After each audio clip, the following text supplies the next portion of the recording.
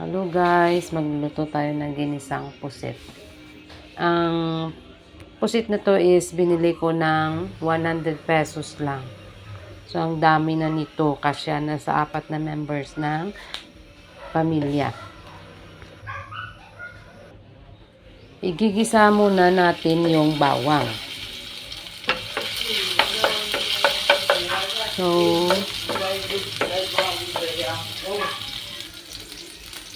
next is ang onion. Igisa natin. Lagay na natin yung pusit. Maliliit lang yung pusit, no? Stir lang ng stir hanggang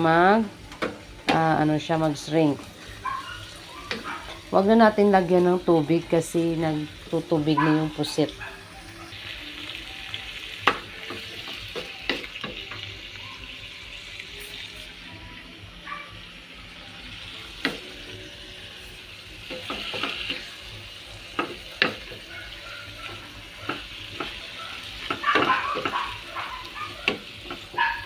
Ilagay na natin yung siling haba. So, stir lang hanggang mag-mix sa pusit. Then, ilagay na natin yung vinegar. Yung vinegar na nilagay ko is yung maanghang para masarap kasi pag medyo maanghang yung pusit. Then, lagyan natin ng konting asin. So, mix lang ng mix at pakuluin ng mga 3 minutes.